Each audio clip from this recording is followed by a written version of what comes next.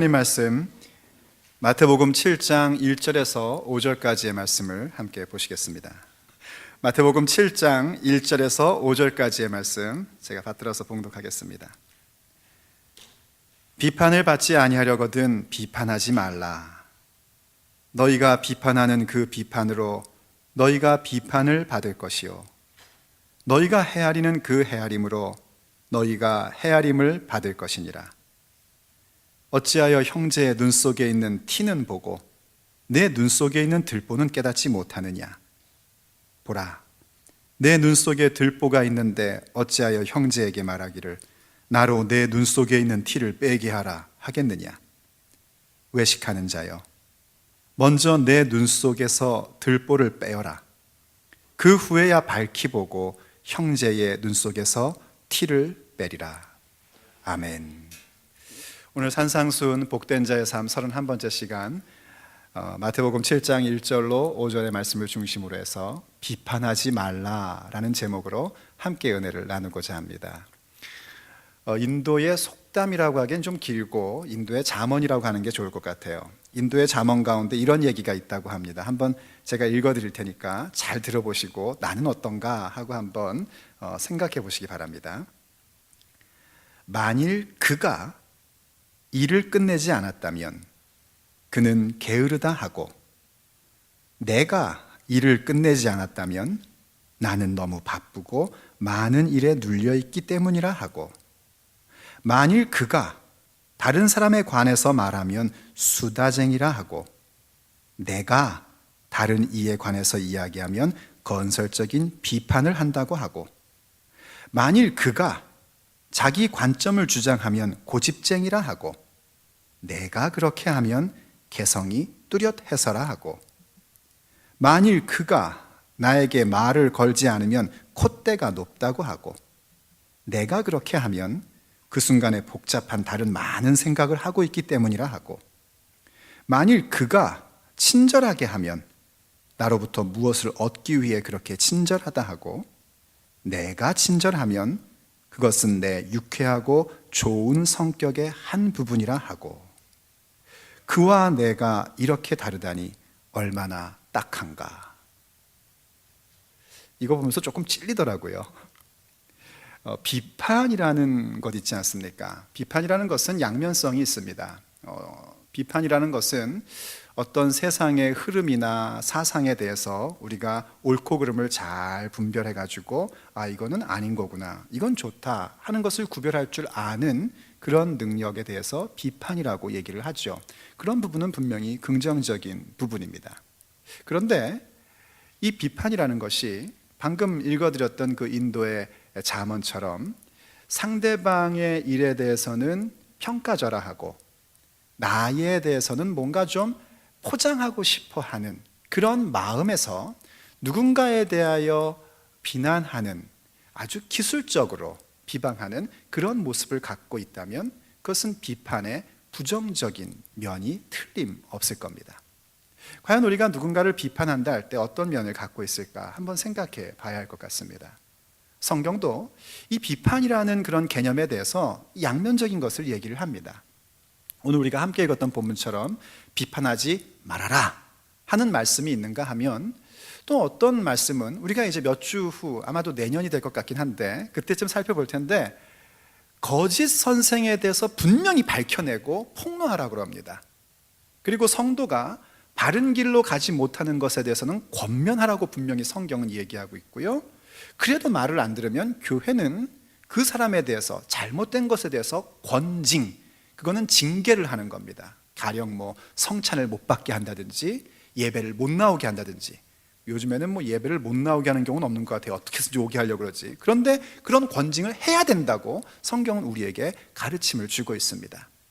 그래서 우리가 정말 성경 가운데에서 과연 어떤 것이 하나님께서 요구하시는 비판과 또 하지 말라는 비판과 또 하라 하시는 부분이 어떤 차이인지를 잘 파악을 해야지 됩니다. 그럼에도 불구하고 어쨌든 오늘 본문에서 예수님은 우리에게 뭐라고 명령하고 계시냐면, 복된 자의 삶을 사는 예수의 사람들은 비판하지 말라라고 얘기를 하십니다. 왜 그렇게 비판하지 말라고 하실까요? 왜냐하면 이 비판한다라는 부분은요, 자칫 잘못하면 우리가 모처럼 예수 그리스도의 이름으로 구원을 받고 예수의 사람들로 살아가는 그 삶 속에서 깊은 오류로 빠질 수 있는 굉장히 심각한 함정이 놓여져 있기 때문에 예수님은 우리에게 비판하지 말라고 말씀하고 계신 겁니다. 저는 오늘 본문을 통해서 과연 예수님께서 비판하지 말라 하신 그 말씀이 어떤 의미인지를 여러분과 함께 나누고 싶습니다. 무엇보다 제일 먼저 생각해야 될 것은 뭐냐면, 예수님이 왜 비판하지 말라라고 말씀하셨는가 하는 그 이유를 우리가 알아야 됩니다. 왜 비판하지 말라고 하시냐면, 오늘 함께 읽었던 본문 1절과 2절에서 이렇게 얘기하고 있죠. 다시 한번 같이 읽어보겠습니다. 우리 한번 오랜만에 한 목소리로 좀 읽어보죠. 1절과 2절입니다. 시작. 비판을 받지 아니하려거든 비판하지 말라. 너희가 비판하는 그 비판으로 너희가 비판을 받을 것이요, 너희가 헤아리는 그 헤아림으로 너희가 헤아림을 받을 것이니라. 아멘. 왜 비판하지 말라 했냐면은, 내가 비판하는 그 비판으로 내가 또 비판을 받게 될 거란 말입니다. 그리고 누군가를 비판하자면은 헤아림이 있겠죠. 그 헤아림이라는 게 뭐냐면, 그 비판하고자 하는 기준을 얘기하는 겁니다. 내가 누군가를 비판할 때에 어떤 기준이 있습니다. 그 기준으로 나도 헤아림을 받게 될 거라는 겁니다. 그런데 심각한 건 뭐냐면요, 내가 비판했던 대상은 사람인데 그 비판의 내용으로 나를 비판할 분은 누구냐면 하나님이라는 것이 심각한 부분입니다. 내가 헤아렸던 그 판단의 기준으로 누가 판단의 기준으로 삼고, 누가 나를 기준으로 삼고 판단할 거냐면 하나님이 나를 헤아릴 거란 말입니다. 본래 본문에 나온 비판이라는 단어는요, 이게 굉장히 심각한 단어입니다. 우리가 일반 요즘 사회에서 얘기하는 어떤 것에 대한 비판 의식을 가져야 된다 할 때 그런 정도의 차원이 아니고요, 이 비판이라는 단어가 다른 한국어로 번역될 때는 어떻게 번역되냐면 판단하다, 이런 번역이 됩니다. 그리고 또 정죄하다라는 번역도 되고요, 또 심판하다라는 번역이 됩니다. 무슨 얘기인가 하니, 누군가에 대해서 판단해버리고 옳고 그름을 내가 확 정해버리고, 그리고 정죄해버리고, 그리고 저 사람은 끝이야 하면서 심판하는 행위를 얘기하는 겁니다. 예수님께서 우리에게 그것을 하지 말라고 얘기하십니다. 누구에게든지 간에 누구를 판단하고 정죄하고 심판하는 것은 예수의 사람들이 할 일이 아니라는 겁니다. 그렇지만 여러분, 정말 조심해서 오늘 정신을 바짝 차리셔야 됩니다. 이 얘기가 우리 예수 믿는 사람들은 판단력도 없고 분별력도 없고 그냥 뭐 앞에서 목사가 이렇게 하자고 하고 따르고 그렇게 마치 뇌가 없는 사람처럼 살아야 된다는 얘기는 결코 아닙니다. 말씀드렸듯이 성경은 우리에게 분명히 분별할 줄 알아야 된다고 얘기합니다. 성경은 우리에게 권면할 줄 알아야 된다고 얘기를 합니다. 그런데 문제가 뭐냐면, 누군가를 권면한다, 옳고 그름을 분별한다 하는 것은 굉장히 예민한 부분이기 때문에 자칫 잘못하면, 본래 아이들은 저렇게 떠들면서 다니는 건데 거기에 여러분들이 같이 하면 곤란합니다. 여러분은 그냥 저하고 같이 말씀을 나누시면 됩니다.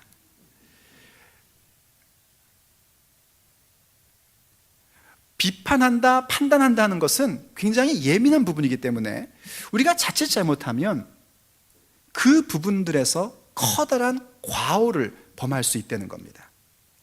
커다란 과오를 범할 수 있는 게 뭔가 하니, 누군가를 이렇게 막 비판하고 비난하고 그런 모습들을요, 사람들은 어떻게 자꾸 생각을 하냐면 굉장히 지성적이라고 생각을 합니다. 그리고 소위 말하는, 그 젊은 사람들은 무슨 말인지 모르겠지만 어른들 이런 얘기는 들어보셨죠. 의식이 있다, 이런 얘기를 합니다. 정부에 대해서, 어떤 사람에 대해서, 종교에 대해서 비판하는 말을 하면 저 사람 참 똑똑하고 지성적이고 의식이 있는 사람이다 라고 스스로 생각하고 사람들도 그렇게 여겨줍니다. 그런데 하나님께서 우리에게 그렇게 하지 말라는 겁니다. 왜 그런고 하니, 누군가를 판단하고 정죄하고 심판하는 것은 우리의 역할이 아니라 하나님의 고유의 역할이기 때문입니다. 야고보서 4장 11절이 우리에게 이런 말씀을 해줬었습니다. 형제들아, 서로 비방하지 말라. 이 비방한다는 말이 바로 누군가를 판단하고 정죄하고 심판하는, 오늘 비판하지 말라는 말과 맥을 같이 하는 용어입니다. 형제를 비방하는 자나 형제를 판단하는 자는 곧 율법을 비방하고 율법을 판단하는 것이라.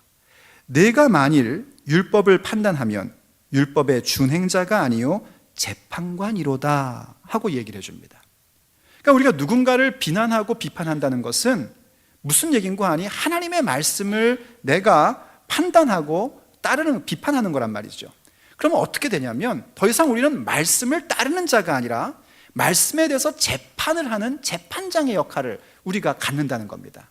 그러나 여러분 아시다시피 재판장은 오직 한 분, 우리 주 예수 그리스도 뿐이십니다.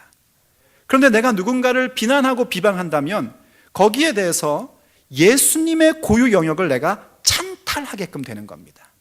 하나님의 자리에 내가 앉겠다는 겁니다. 하나님의 자리에 내가 앉겠다는 것, 예수님의 보좌에 내가 앉겠다는 것이 뭐냐면 그것을 기독교는 죄의 근본이라고 얘기를 하는 겁니다. 누구를 미워하고 누구에 대해서 뭔가 섭섭한 마음을 갖고 범죄하고 하는 그런 부분보다 더 심각한 것이 예수님의 자리에 내가 앉으려고 하는 행위입니다. 그런데 누군가를 비판한다는 것, 그게 바로 예수님의 자리를 찬탈하는 일이고, 그러니 당연히 재판장이신 예수님께서 우리가 비판했던 그 내용으로 우리를 비판하시고, 우리가 누군가를 헤아렸던 그 기준으로 우리를 헤아리시게 된다는 겁니다. 그래서 비판하지 말라고 말씀하고 계신 겁니다. 그런데 자꾸 우리는 비판을 하고 싶습니다. 왜냐하면 눈에 거슬리기 때문입니다. 우리가 그럼에도 불구하고 자꾸 비판을 하고 싶어하는 이유는 뭐냐면 사실은 뒤집어 보면 내 속에 있는 죄들을 자꾸 감추고 싶은 유혹 때문에 우리는 누군가의 잘못을 볼 때에 가차없이 비판하기 시작하는 겁니다. 여러분 잘 아는 다윗이라는 사람이 있었습니다. 이 다윗 임금, 요즘 우리가 새벽기도 때 묵상하는 다윗 임금은 하나님께서 참 사랑하는 사람이었고 하나님 보시기에 참 훌륭한 삶을 살았었죠. 근데 그런 그에게 신앙 여정 가운데 가장 결정적인 흠이 하나 있었습니다. 그건 다름 아니라 자기의 부하인 우리아의 아내를 빼앗았다는 겁니다. 참 몹쓸 짓을 했죠. 그런데 그런 몹쓸 짓을 해놓고 어떤 일을 더 했냐면은 자기가 가지고 있는 권력을 가지고 그 일을 전부 다 무마시키려고 했습니다. 그래서 결국은 우리아가 전쟁터에서 죽게끔 그렇게 모든 작전을 짜가지고 우리아는 죽게 되었고, 그리고 결국 우리아의 아내 밧세바를 빼앗아서 자기의 아내로 삼게 되었던 그런 일들이 있었습니다. 권력을 갖고 있는 사람이었기 때문에 그 모든 것들을 조용하게 마무리하고, 또 남들 볼 때는 마치 고대의 중동에서는 당연한 것처럼 자기 부하가 죽게 되고 그 아내가 과부가 되었을 때에 그 아내를 내가 보살펴주고 내가 아내로 삼아서 그 가문을 지켜주는 뭐 그런 역할처럼 비춰졌을 겁니다.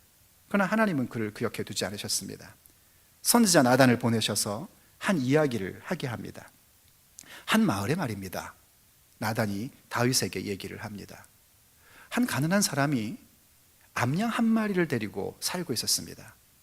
이 암양 한 마리를 얼마나 귀하게 여겼는지 같이 잠도 자고 같이 밥도 먹고 정말 자기 딸처럼 그렇게 여겼었습니다. 그런데 어느 날 그 마을에 지나가던 나그네가 부잣집을 들리게 되었습니다. 부자가 그 행인을 향해서 대접을 하고 싶은데 자기의 많은 소와 양들이 아까워서 그 힘없는 가난한 사람의 암양 한 마리를 빼앗아 가지고 그 지나가는 나그네를 대접했습니다. 그랬더니 다윗이 뭐라고 그러냐면요, 성경이 말하기를 그가 노하여 말하기를 이라고 얘기합니다. 그때 노했다라는 단어는 진노라는 뜻입니다. 하나님의 진노를 쓸 때 표현하는 겁니다. 하나님의 진노는 심판이 포함되어 있는 진노입니다. 그러면서 말하기를 그런 자는 죽어 마땅하다. 반드시 그는 그 사람에게 4배로 갚아야 된다 라고 얘기를 해요. 죽어 마땅하다 하는 얘기를 사실은 할 필요가 없는 겁니다. 그냥 갚으면 되는 거고 또 옥살이를 하면 되는 건데 다윗은 크게 노합니다. 이유는 왠지 아십니까? 그가 지금 그 부자가 했던 행위와 똑같은 죄를 범하고 있었기 때문입니다. 나단이 얘기합니다. 이건 그 부자의 문제가 아니라 당신의 문제입니다. 어찌하여 우리아의 아내를 빼앗았습니까? 다윗이 그 얘기를 듣고 깨닫습니다. 지금 그 이야기에 나오는 부자가 암양 한 마리를 빼앗았던 것보다도 자기가 한 사람의 인생을 망가뜨리고 한 가정을 무너뜨렸다는 것이 얼마나 큰 죄인지를 깨닫게 됩니다. 암양 한 마리 뺏은 것은 티에 불과하고 자기가 행한 것은 들보라는 것을 알게 되죠. 사람이 왜 자꾸 누군가가 잘못하는 모습을 볼 때에 화가 나고 속이 상하고 그걸 대해서 참지를 못하고 비판하는가? 대부분의 경우는 내가 그와 똑같은 범죄를 갖고 있기 때문입니다. 로마서 2장 1절이 우리에게 이렇게 얘기를 해주고 있습니다. 일단 예수님께서 3절에서 이렇게 말씀을 하십니다. 어찌하여 형제의 눈 속에 있는 티는 보고 내 눈 속에 있는 들보는 깨닫지 못하느냐. 그러면서 로마서 2장 1절에서요 계속해서 이렇게 말씀하셨죠. 그러므로 남을 판단하는 사람아, 누구를 막론하고 네가 핑계하지 못할 것은 남을 판단하는 것으로 네가 너를 정죄함이니 판단하는 네가 같은 일을 행함이라 하고 얘기합니다. 여러분, 부모님들, 저도 부모 중에 하나니까요, 자식이 제일 미울 때가 언제입니까? 성적 떨어졌을 때도 밉죠. 지 할 일 못할 때도 밉죠. 그런데 정말 참을 수 없이 화가 날 때는요, 내 못난 걸 가르쳐주지 않는데 똑같이 행할 때 진짜 화나지 않습니까? 그때는 피가 거꾸로 솟는 것 같습니다. 정말 저걸 죽여야 되나 살려야 되나. 왜 그런 줄 아십니까? 내 속에 있는 게 그 사람에게서 나오기 때문입니다. 내가 정말 대장 노릇하고 싶은데 누가 자꾸 대장 노릇하고 있으면 그 꼴이 보기가 싫은 겁니다. 그래서 비판하는 겁니다. 그래서 판단하는 겁니다. 그래서 정죄합니다. 그래서 심판합니다. 저거는 못된 인간이야. 속으로는 무슨 얘기인 줄 아시죠? 내가 대장을 해야 되는데 왜 네가 자꾸 대장을 하려고 하는 거야? 이거 아니겠습니까? 우린 대부분 그러한 것 가운데 빠지다 보니까 하나님이 내 주변에 주신 형제자매에 대해서 그를 향하여 사랑의 권면을 하는 것이 아니라 비판하는 자로 전락해버리고, 비판하면서 점점 하나님의 자리, 예수님의 고유의 영역을 찬탈하려는 반역자가 되어간다는 겁니다. 그래서 우리가 정신을 차려야 됩니다. 정말 정신을 차리고 비판하는 자가 아니라 주님께서 우리에게 말씀하시는 분별력과 권면하는 자가 될 수 있어야 됩니다. 사실은 그렇습니다. 어떤 사람이 행동하는 걸 보고서는요, 저게 참 잘못된 거다, 이걸 볼 수 있다는 것은 참 귀한 겁니다. 더군다나 우리가 그냥 세상의 기준이 아니라 하나님의 말씀을 기준으로 해서 누군가 잘못된 행동을 할 때에 저건 아닌데, 저건 성경적인 게 아닌데, 더군다나 목사가 엉뚱한 행동을 할 때 목사님 왜 저러지? 요즘 기도를 안 하시나? 저거는 성경적인 방법이 아닌데 왜 저렇게 하지? 하는 생각을 가질 수 있고 분별할 수 있다는 것은 귀한 능력이고 그만큼 여러분이 성숙했다는 증거입니다. 그런데 여기서 이제 어디로 가야 되냐면, 그것을 보게 한 하나님 앞에서 그 사람을 위해서 정말 권면해 줄 수 있는 자가 돼야 됩니다. 그런데 여기에서 그것을 보는 분별력에서 그 사람을 향하여 권면하는 대로 가는 그 사이에 자꾸 끌어 들어오는 것이 뭐냐면 그 사람을 향하여 비판하고 싶은 겁니다. 그래서 우리가 뭘 해야 되는 거 아니? 분별하는 그런 상황이 딱 되고, 이건 잘못된 건데 하는 것을 깨닫게 되고, 그리고 그 다음에 그 사람을 향해서 이건 잘못된 겁니다 하고 얘기해 주는 그 사이에 반드시 통과해야 할 과정이 있습니다. 그게 뭐냐면 그 잘못된 것들을 보면서 그것을 나를 바라보는 거울로 삼는 것입니다. 그게 중요합니다. 예수님께서요, 오늘 본문 말씀에서 이렇게 얘기하셨습니다. 4절 5절 보십시오. 우리 오늘 이 앞을 보고 한번 읽어보시기 바랍니다. 4절 5절 시작. 보라, 내 눈 속에 들보가 있는데 어찌하여 형제에게 말하기를 나로 내 눈 속에 있는 티를 빼게 하라 하겠느냐? 외식하는 자여, 먼저 내 눈 속에서 들보를 빼어라. 아멘. 말씀드렸듯이 누군가가 잘못된 행동, 성경적이지 않은 모습, 신앙인의 모습이 아니다라는 것을 보는 것은 참 귀한 은혜입니다. 그건 여러분이 잘하는 겁니다. 그걸 못 본 척하면 안 됩니다. 무시해버려도 안 되고요, 무관심해서도 안 됩니다. 저건 잘못된 거다 해야 됩니다. 그런데 그 다음에 그것을 입으로 말로 꺼내서 정말 권면하는 자가 되고 싶으면 먼저 뭘 해야 되냐면 그와 똑같은 죄가 나에게도 있다는 것을 보는 시간을 가져야 된다는 겁니다. 나를 돌이켜보는 시간을 반드시 가져야 됩니다. 왜냐하면 그 티의 부분이 보인다는 것은 그와 동일한 들보가 뭔지 아시죠? 기둥을 얘기하는 거예요. 그 기둥이 지금 내 눈에 있다는 겁니다. 이건 굉장히 코믹 터치입니다. 티끌은 눈에 들어갈 수 있는데 기둥이 어떻게 눈에 들어갈 수가 있겠어요? 굉장히 그 예수님께서 그 센스 오브 휴머로 딱 얘기를 하시는 거예요. 들보가 있다. 아마 어떤 학자가 얘기하기를 이 얘기할 때 사람들은 첫 번째 청중들은 막 웃었을 거래요. 내 눈에 들보는 보지 못하고 웃기다 이랬다는 거예요. 우린 심각한데. 사실 그렇죠, 여러분. 우리가 누굽니까? 우리는 사실은 죄인입니다. 죄인은 죄인인데 어떤 죄인이냐면 예수님으로 말미암아 용서받은 죄인입니다. 예수님 앞에서 의롭다 칭함받은 죄인입니다. 누군가가 잘못하고 실수하는 그 부분들, 우리도 똑같이 실수하고 잘못한다는 것을 우리는 기억할 줄 알고 나를 돌이켜보는 시간으로 그 모든 걸 볼 때에 그런 시간으로 우리가 삼아갈 줄 알아야 됩니다. 제가 대학 다닐 때 일인데요, 제가 대학교 아마 2학년, 3학년 때였던 것으로 기억을 합니다. 제가 그때에 그 청소년 교도위원이라는 걸 제가 하고 있었습니다. 이게 국가에서 하는 거였는데 그 청소년 교도위원이 돼가지고 제가 무슨 일을 했냐면 소년원에 가가지고 이른바 야학을 가리킨 적이 있었어요. 소년원에 가서 말씀이 아니라 공부를 가르치는 겁니다. 선생님이 돼가지고. 근데 이제 소년원이란 건 뭐냐면 어른들은 범죄하면 그 제일 감옥에 가지 않습니까? 근데 이제 10대 아이들, 중학생 정도부터 한 18세 정도까지, 19세까지 범죄를 저지르면 이 아이들을 제일로 보내는 게 아니라 소년원이라는 곳으로 보냅니다. 그럼 거기에 가가지고 거기서 단체 생활을 하고 또 뭐 공부도 하고 뭐 이렇게 해주는 거예요. 그런 가운데 이제 과외 공부처럼 이렇게 뭘 좀 가르쳐줄 수 있겠냐 해가지고 친구 2명이랑 3명이서 갔죠. 제가 그때 나이가 몇 살이냐면은 아마 21 한국 나이로 아니면 22 이랬을 거예요. 그러니까 여기 나이로 하면은 뭐 19이나 20, 뭐 21, 뭐 그쯤 됐을 겁니다. 제가 생일이 또 9월 쪽이다 보니까 아마 그랬을 거예요. 19, 20, 21, 뭐 그 정도였는데 그 나이에 그 소년원이 또 유감스럽게도 뭐냐면 소녀원이었어요. 소녀원, 여학생들만 모아놔 있는. 그러니 중학생부터 많으면 19살까지의 그 여자들이 있는데 이제 20, 21 갓 대학 들어가서 이제 얼마 되지 않은 제가 가려니 얼마나 긴장이 됐겠습니까? 더군다나 누구래요? 범죄자래지 않습니까?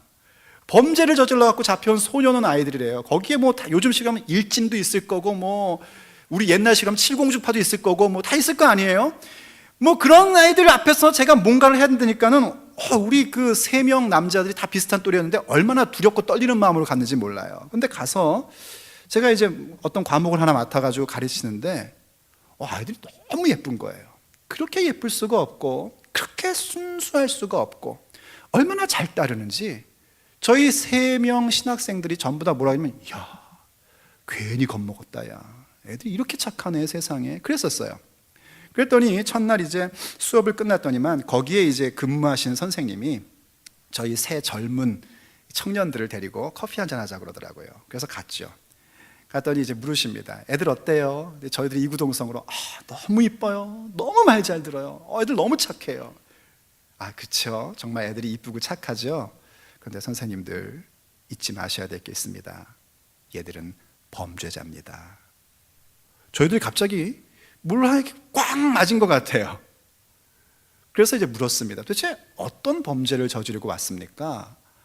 하고서 이제 그 선생님이 뭔가 얘기를 해주는데 저희들이 그 커피 타임을 끝나고 저희들끼리 지하철을 타고 오면서 무슨 얘기 했냐면 야 우리나 걔들이나 별로 다를 게 없지 않냐? 하는 얘기를 했습니다. 거기에 잡혀온 아이들이 뭐 때문에 잡혀는 절도 때문에 잡혀왔답니다.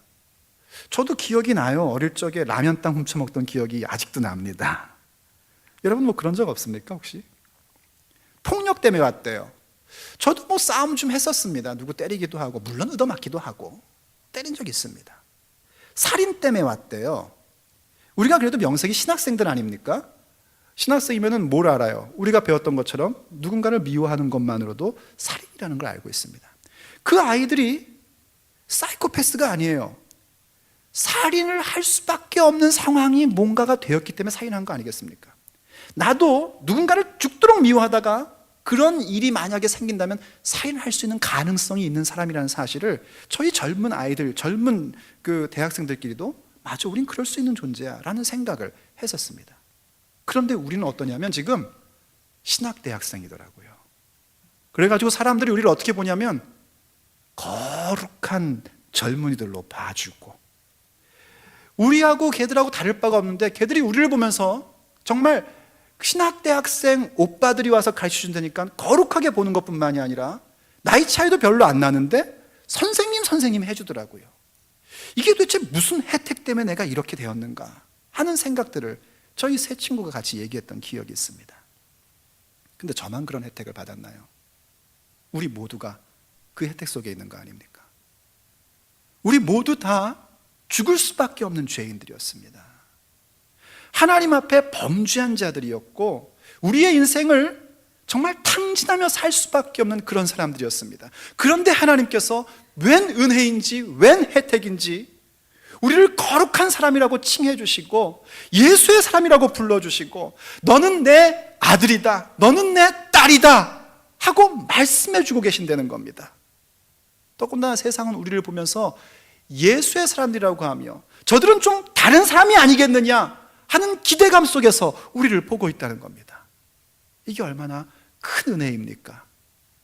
그런데 그런 은혜를 받은 우리들이 만약 지금 내 눈에 보기에 뭔가 마음에 안 드는 행동을 한 사람이라고 해서 그 사람에 대하여 판단해버리고 정죄해버리고 심판해버리는 비판의 모습을 갖는다면 그것은 내가 받은 은혜가 무엇인지도 잊어버린 사람의 모습이요, 더군다나 하나님께서 그들을 향하여 가지고 계신 그 길이 참으심, 그 인자하심, 그것에 대한 풍성함을 우리가 모르고 멸시하는 사람처럼 되어버리는 것이란 말입니다.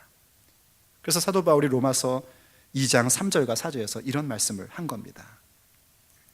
이런 일을 행하는 자를 판단하고도 같은 일을 행하는 사람아. 맞죠? 우리도 사실은 같은 그런 행동을 하지 않습니까? 우리도 그들과 똑같은 사람 아닙니까? 그 사람이나 나나 정말 50보 100보에 불과하고 운이 좋았냐 나빴냐, 정말 하나님의 은혜를 받았냐 못 받았냐 그 차이에 불과합니다. 내가 하나님의 심판을 피할 줄로 생각하느냐, 혹 내가 하나님의 인자하심이 너를 인도하여 회개하게 하심. 여러분 이 사실을 믿으십니까? 우리가 오늘 예수님의 사람 된 것은 내가 착하고 잘나서가 아니라 하나님의 인자하심이 우리를 인도해서 내가 회개한 사람이 되었다는 사실을 믿으십니까? 정말입니까? 여러분은 어떤지 모르겠지만 저는 정말 그렇습니다. 저는 하나님의 인자하심이 저를 인도해서 회개케 하셨고 오늘 이렇게 목사로서 여러분 가운데 하나님의 메시지를 전할 수 있게끔 하셨습니다. 그건 하나님의 은혜입니다.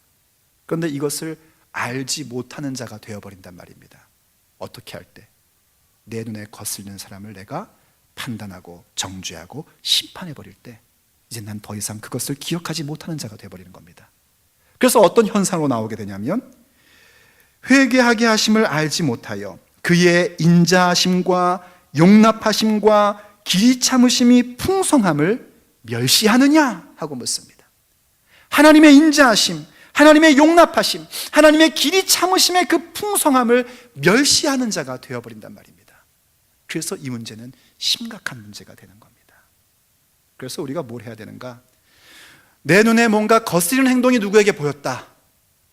그럴 때 그것을 분별할 수 있는 것은 참 귀한 거니까 하나님 앞에 일단 하나님, 제가 이렇게 잘못된 것을 잘못된 것으로 볼 수 있으니 얼마나 은혜입니까?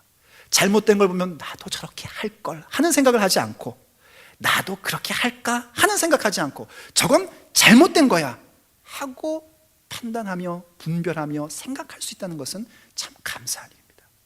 그리고 그 다음에 할 건 뭐냐면, 하나님, 그래서 제가 저를 돌아봅니다. 저에게 있는 들보가 무엇입니까? 깨닫게 해주십시오. 가르쳐 주십시오. 그렇게 나아가는 것으로 삼을 수 있어야 된다는 겁니다.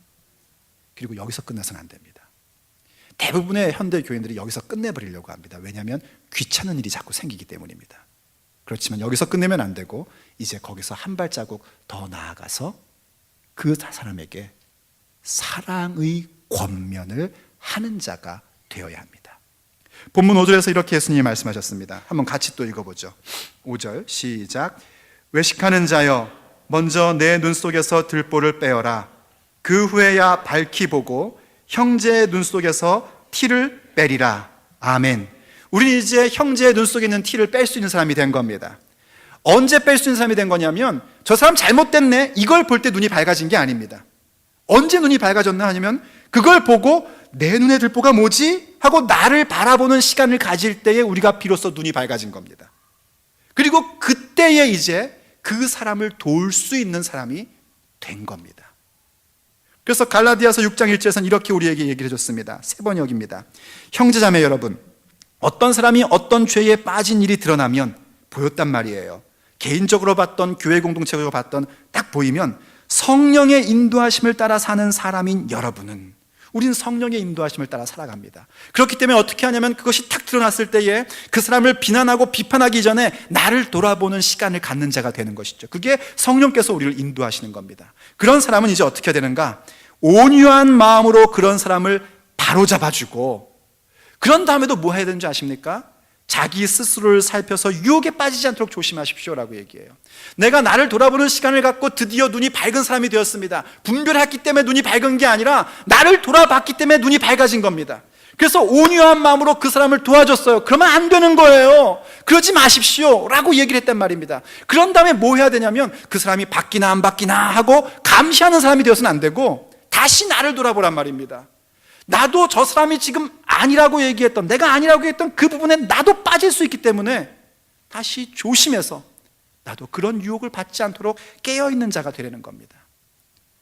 우리가 이제 초점을 봐야 될 건 온유한 마음으로 그 사람을 권면하는 자가 된다는 겁니다. 온유한 마음은 뭐냐면, 그 사람에게 권면할 때에 정말 그 사람을 사랑하는 마음으로 할 수 있어야 된다는 거죠. 사랑하는 마음으로 할 수 있다는 것, 그걸 어떻게 우리가 점검을 할 수 있냐면, 지금 내가 권면할 때 그 사람에 대한 증오나 화가 있는지 없는지를 점검하면, 내가 지금 온유한 마음으로 권면을 하는 건지, 아니면 화가 나가지고 권면이라는 핑계 아래 내 화풀이를 하고 있는 것인지를 우리가 확인할 수 있게 됩니다. 정말 사랑의 권면이라는 것은 화풀이가 아닙니다. 사랑의 권면이라는 것은 그가 잘 되기를 바라는 겁니다. 또 하나 생각할 수 있는 건 뭐냐면, 내가 권면을 할 때에 그 사람이 정말 잘 되기를 바라고 있는가 하는 마음을 살펴봐야 됩니다. 이건 좀 시간이 걸립니다. 대부분 그래요. 누구에게 뭔가 좀 뼈아픈 얘기 해줄 때 다 너 잘 되라고 하는 얘기다, 이렇게 얘기를 합니다. 근데 정말 그런지는 언제 알 수 있냐면, 그 사람이 나의 권면이든 교회 공동체의 권면이든 그 권면을 듣고 승승장구할 때 내 마음이 어떤가 하는 것을 살펴보면, 그제서야 정말 내가 저 사람이 잘 되기를 바랬는지를 알 수가 있습니다.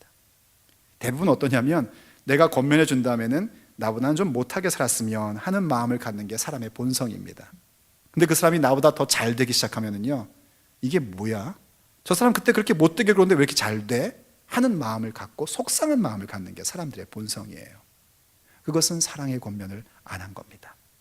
사랑의 권면은 그가 정말 잘 될 때에 내 마음에 참 잘 됐구나 하는 그 마음을 갖는 겁니다. 그런 일들을 하기 위해서 우리가 뭘 하는가? 권면 전에 그를 위해서 기도할 수밖에 없고, 그를 위해서 눈물을 흘릴 수밖에 없고, 나를 돌아보며 그에게 또 그렇게 사랑의 권면을 할 수밖에 없는 겁니다. 사랑하는 여러분, 우리가 살고 있는 시대는 기독교가 많은 비판을 받고 있는 시대입니다. 우리도 예수 믿는 사람으로서 교회를 비판하는 데에 합류할 때도 있는 것이 사실입니다. 그런데 한번 우리가 오늘 주의 말씀을 생각해 봤으면 좋겠습니다.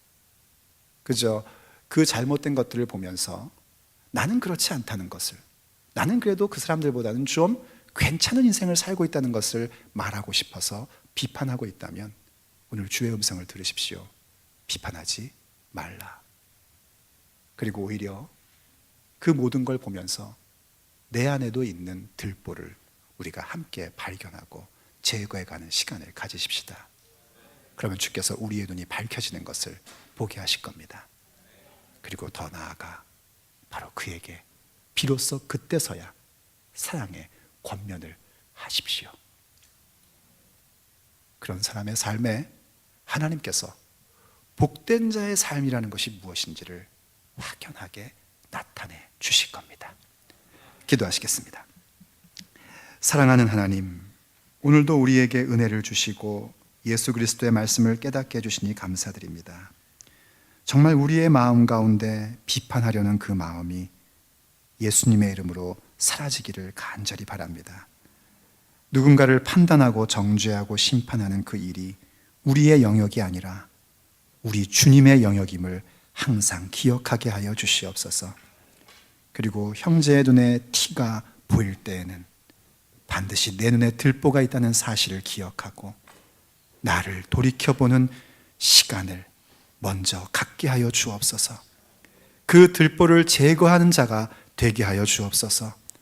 그리고 그제서야 밝아진 눈을 가지고 형제의 티를 빼줄 수 있는, 그를 섬길 수 있고 권면할 수 있는 우리 모두가 되게 하여 주시옵소서.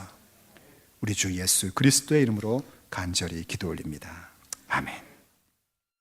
주께서 주신 동산에 땀 흘리며 씨를 뿌리며 내 모든 삶을 드리리. 날 사랑하시는 내 주님께 비바람 앞을 가리고 내 육체는 쇠잔해져도 내 모든 삶을